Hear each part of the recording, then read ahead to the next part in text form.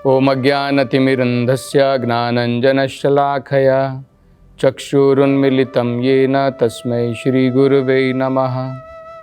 नमो ओम विष्णुपादाय कृष्णप्रेष्ठाय भूतले श्रीमते भक्तिवेदांत स्वामिन इति नामिने। नमस्ते सरस्वते देवे गौरवाणी प्रचारिणे निर्विशेषा शून्यवादी पाश्चात्य देशतारिणे। जय श्री कृष्ण चैतन्य प्रभु नित्यानंद श्री अद्वैत गदाधर श्रीवासादि गौरभक्तवृंद। हरे कृष्णा कृष्ण कृष्णा हरे हरे, हरे राम राम राम हरे हरे। हरे कृष्ण। तो पिछली कथा में हम भगवान के गुण की चर्चा कर रहे थे, जिसे कहते हैं कि भगवान समदृष्टि रखने वाले हैं। इस भौतिक संसार में ये गुण अत्यंत दुर्लभ है, क्योंकि हम लोग अफेक्ट हो जाते हैं। अगर हमारा कोई बहुत ही जो है जिससे हम आसक्ति रखते हैं, जिसके साथ में हमारा संबंध है, उन व्यक्तियों की तरफ हमारा पक्षपात हो जाता है, उनकी तरफ हमारा झुकाव बढ़ जाता है। और जो हमसे घृणा करते हैं, जो हमसे ईर्ष्या करते हैं, जो हमारे शत्रु की भांति हैं, उनके स्वभाव के द्वारा हमारा जो है, एक प्रकार से अगर कहें, अगर हम कुछ उसके अनुसार कार्य करते हैं तो हमारे बर्ताव में, हमारे कार्यकलाप में बदलाव आ जाता है। मतलब हम इससे अफेक्ट हो जाते हैं। अगर कोई हमारा आसक्त व्यक्ति है, उसकी तरफ हमारी पार्शियलिटी हो जाती है, पक्षपात करते हैं। और कोई अगर हमारा ईर्ष्या रखने वाला है, कोई हमसे घृणा करता है, तो उस व्यक्ति की तरफ भी हमारा व्यवहार जो है अलग होगा। लेकिन भगवान समदृष्टि रखने वाले हैं। कोई उनसे घृणा करता हो, कोई भगवान का पुत्र हो, भगवान के संबंधी हो, लेकिन फिर भी भगवान पक्षपात नहीं करते हैं। ये बड़ा सुंदर उदाहरण जो है भागवत से दिया जाता है कि जब भगवान उन्होंने कालिया नाग को जब सजा दी, उस सजा देने के पश्चात उस नाग की, कालिया नाग की जो नाग पत्नियां थी, वो सब वहां पर आई। एकत्र होकर के उन्होंने भगवान से प्रार्थनाएं प्रारंभ की। तो देखिए, वो अपनी प्रार्थना में भगवान के इस गुण के बारे में व्याख्या करती हैं, वर्णन करती हैं और उसका गुणगान करती हैं। वो कहते हैं कि भगवान, आप कितने समदृष्टि रखने वाले हैं।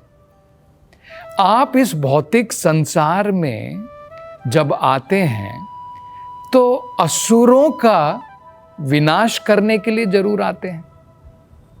ये तो हमें पता है, भगवत गीता में भगवान स्वयं भी कहते हैं। भगवान कहते हैं कि भक्तों की रक्षा करने के लिए परित्राणाय साधूनाम विनाशाय च दुष्कृताम, जो दुष्कृति आसुरिक लोग हैं, उनका विनाश करने के लिए भगवान आते हैं। तो इसलिए कहते हैं कि ये जो हमारा पति, ये जो कालिया है, ये घोर पापी है।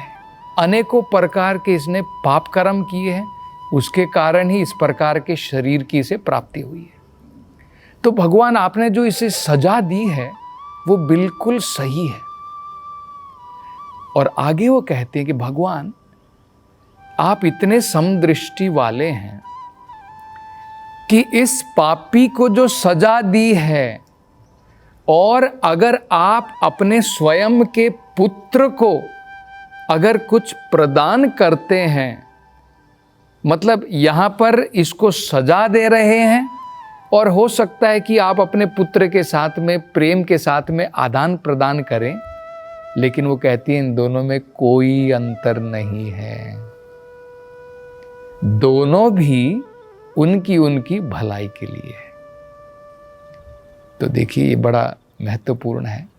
एक और प्रार्थना भागवत से बताई जाती है जिसमें कहा जाता है, भगवान से प्रार्थना करते हुए कहा जाता है कि हे भगवान, आप इतने समदृष्टि वाले हैं, आप इतनी बराबर नज़र से देखने वाले हैं कि अगर एक दुश्मन में, एक शत्रु के अंदर में, उसके अंदर में भी अगर कुछ अच्छे गुण हैं तो आप उसे जो है पुरस्कार देंगे। और अगर आपके स्वयं के बेटे के अंदर में अवगुण हैं, अगर वो दुष्ट है, तो आप उसे सजा देंगे। देखिए कितना महत्वपूर्ण है। यहां पर बताया गया है हम इस प्रकार के समदृष्टि वाले नहीं हैं। अगर हम दुश्मन के अंदर में भी अच्छे गुण देखते हैं तो हम पुरस्कार देने वाले नहीं हैं। और अगर हमारा बच्चा जो है दुष्ट भी बन जाता है तब भी हम सजा नहीं देते हैं। लेकिन यहाँ पर भगवान से प्रार्थना करी जा रही है कि भगवान, आप इतने समदृष्टि वाले हैं कि अगर आपका स्वयं का पुत्र भी अगर अधर्म के रास्ते पर जा रहा है तो आप उसे सजा देंगे, और अगर आपका दुश्मन भी, उसके अंदर में अगर कुछ अच्छे गुण हैं तो आप उसे पुरस्कृत करेंगे। तो ये जो है भगवान का एक दिव्य गुण है। अगला दिव्य गुण भगवान के बारे में बताया जाता है कि भगवान अत्यंत उदार हैं। उदार का मतलब होता है जो व्यक्ति अपने मन में इतना उदार है, महान है कि वो सब कुछ दान करने के लिए तैयार है, उसे उदार व्यक्ति कहा जाता है। मतलब सर्वोच्च जो दानी होता है उसे उदार कहा जाता है। और अब भगवान के विषय में कि भगवान से बढ़कर के कोई दानी नहीं है, वो हम भगवान की लीलाओं में स्वयं देख सकते हैं। कहा जाता है कि जब भगवान द्वारका में राज्य कर रहे थे तो भगवान का दान जो था, जो भगवान दान देते थे हर एक दिन, जैसे भागवत में उदाहरण दिया है, भगवान ने देखिए क्या किया था। अपनी 16,000 रानियों के लिए भगवान ने 16,108 रानियां थी, 16,108 रूप में भगवान ने विस्तार किया। हर एक रानी के साथ में भगवान अलग अलग महल में रहते थे। और देखिए अपनी दिनचर्या में, क्योंकि गृहस्थ थे, गृहस्थ को दान पुण्य करना चाहिए, ये सिखाने के लिए भगवान दिन में बताया जाता है हर एक महल से, अब कितने महल हो गए? 16,108 महल। हर एक महल से भगवान 13,054 गायें, 13,054 काऊ भगवान जो है डेली ब्राह्मणों को, अन्यों को दान में देते थे। और कैसी गायें? ऐसी दुबली पतली या फिर बिना किसी वस्त्र के नहीं, पूर्ण रूप से आभूषणों से सुसज्जित करके भगवान हर एक महल से इस प्रकार से 13,054 गाय, 13,054 काउ फ्रॉम ईच पैलेस भगवान जो है दान में देते थे। तो क्या बताया जाता है, भागवत में कहा है कि भगवान का ये जो दान का, भगवान की जो उदारता थी वो इतनी महान थी कि द्वारका का वैभव, भगवान का जो ओरिजिनल धाम है, आदि धाम है, गोलोक वृंदावन धाम, उससे भी आगे चला गया। अब ये उदाहरण क्यों दिया जाता है? क्योंकि देखिए गोलोक वृंदावन धाम, वहां पर वैभव की कोई कमी नहीं है। उसके बारे में क्या बताया जाता है? चिंतामणि प्रखर सुदम सुकल्प वृक्षा लक्षानुवृत। मतलब बताया जाता है कि जो भगवान का जो धाम है वो चिंतामणि धाम है। चिंतामणि का आपको मतलब पता होगा, चिंतामणि का मतलब होता है टच स्टोन।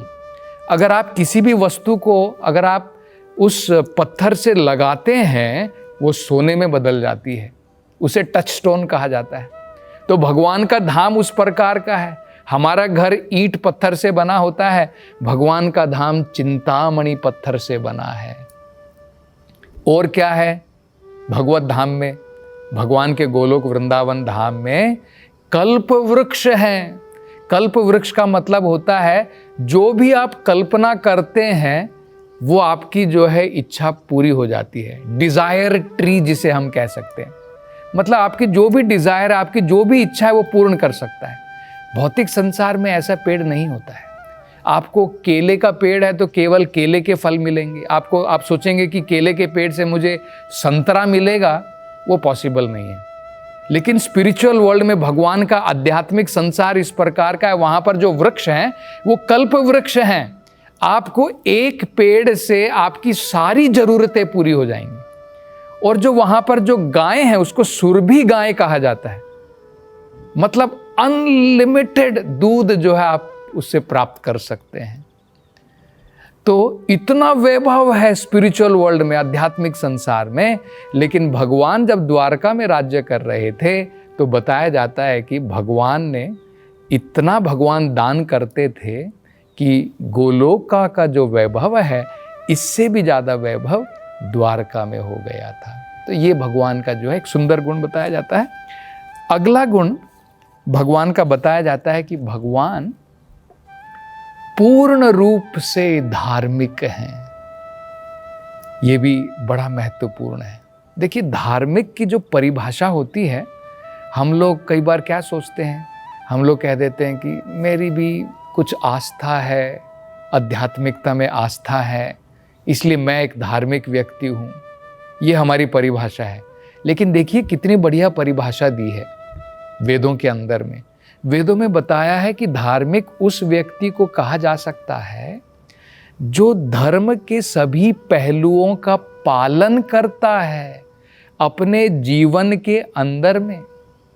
जो शास्त्र के अंदर में जो विधि विधान, जो नियम दिए गए हैं, जो उनका स्वयं का पालन भी करता है और जो दूसरों को भी सिखाता है, उसे धार्मिक कहा जाता है।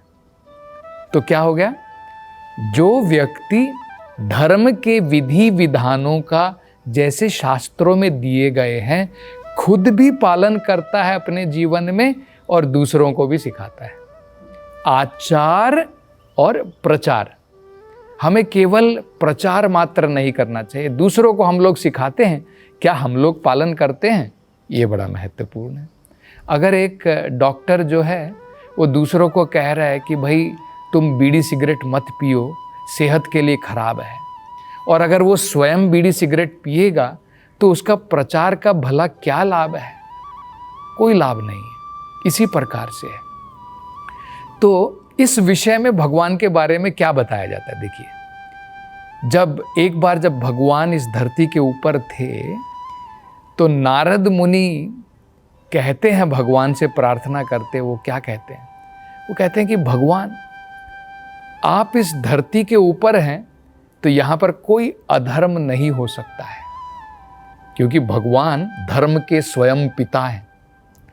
और वो क्या कहते हैं, देखिए, वो कहते हैं कि भगवान आप जब ग्वाल बाले के रूप में जो गाय चरा रहे हैं, आपके जो ये बैल हैं ये धर्म का प्रतीक है। ये हमें भी पता है, वेदों के अंदर में बताया है, बैल जो है धर्म का प्रतीक बताया जाता है। धर्म जो है जैसे 4 पांव पर खड़ा होता है, बैल जैसे 4 पांव पर खड़ा है। अगर हम इसके 4 पांव को तोड़ देंगे तो धर्म गिर जाता है। कलयुग में बताया जाता है कि धर्म एक ही पांव पर खड़ा है, सत्यता, अन्यथा करुणा चली गई है। ये भी धर्म का जो दया या करुणा होती है वो भी धर्म का एक पांव है। कलयुग के अंदर में वो नहीं है। इसी प्रकार से तपस्या वो भी चली गई है, वो भी धर्म का एक पांव होता है। हमारे मन की स्वच्छता, शारीरिक स्वच्छता वो भी चली गई है, वो भी धर्म का एक पांव होता है। एक सत्यता थोड़ी सी बची है कलयुग के अंदर में, वो भी धीरे धीरे चली जाएगी। तो कह रहे हैं कि भगवान आपके जो ये बैल जो घास चर रहे हैं 4 पांव के खड़े होकर के, ऐसा प्रतीत होता है मानो धर्म जो है, अधर्म के जितने भी घास है उसको सबको उसने खा लिया है। मतलब जब भगवान कृष्ण यहाँ पर थे तब अधर्म का कोई नामो निशान भी नहीं था। ये भगवान का एक महान गुण है। भगवान पूर्ण रूप से धार्मिक जो है वो बताए जाते हैं। एक और जो सुंदर उदाहरण दिया जाता है इस विषय में कि भगवान कृष्ण जब धरती के ऊपर थे तो दिन प्रतिदिन भगवान जो है द्वारका नगरी में यज्ञ का आयोजन कराते थे, जो वेदों के अनुसार बताया गया। तो भगवान जब भी यज्ञ का आयोजन कराते थे तो भगवान देवताओं को भी बुलाते थे। तो उनका क्या हो गया था, डेली का कार्यक्रम हो गया था उनको स्वर्ग लोक को छोड़ करके यहां पर आने का। अब देवताओं की पत्नियां जो हैं वो परेशान हो गई कि हमारे पति हमारे पास में तो रहते नहीं है, द्वारका नगरी के चक्कर लगाते रहते हैं। तब उन्होंने जो है प्रार्थना की कि जल्दी जो बुद्ध भगवान है उनका अवतार जल्दी हो जाए, क्योंकि बुद्ध जी के बारे में बताया जाता है कि जब बुद्ध जी का अवतार होगा वो ये सारे यज्ञ वगैरह जिनके द्वारा जो है पशुओं की बलि दी जाती है उन सब को वो बंद करा देंगे।